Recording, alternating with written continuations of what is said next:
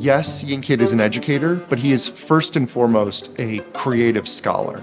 And that's what he brings into the classroom. He is profoundly committed to his own practice that is oriented to questions of ethics and ecology, and history and form. And that's what he exposes students to from a very, very early moment. Foundations programs are the heart and soul of a fine arts degree, and yet very often they're taught by sometimes adjunct labor or graduate students. And so for someone who is an incredibly productive artist and yet as an educator is still deeply enmeshed in questions of like foundational education, I think it's fantastic. He is meeting those students in their first years here, getting to know them early on and shaping their education. He's been doing that for his entire career, which is exceptional.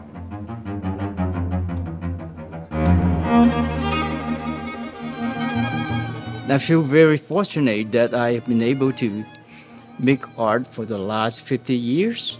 In the mid-70s, I was active exhibiting and producing art in Hong Kong. I came to America in 1979 to study. I finished my BFA and MFA in America. I have many good teachers and mentors, and they really inspire me to be a good artist as well as a good art teacher.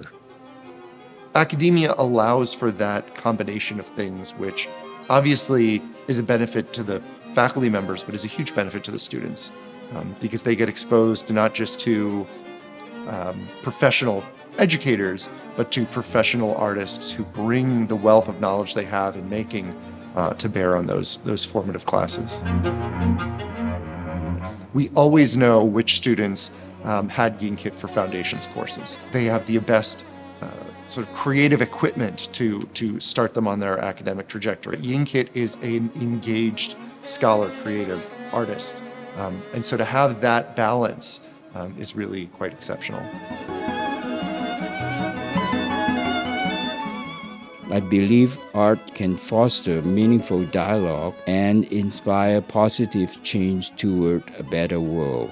For me, teaching is rewarding. The energy and curiosity of generations of students continually inspire me and keep me active as an artist and educator. Each class brings new perspectives shaped by changing times. Our graduate students every year go to New York City. Ying is usually involved in that. He also takes them internationally. They're going to Japan this year. He works extraordinarily hard to get financing so the students can get support to travel. Every single year I hear the same thing, which is it is life-changing and they could not keep up with Ying.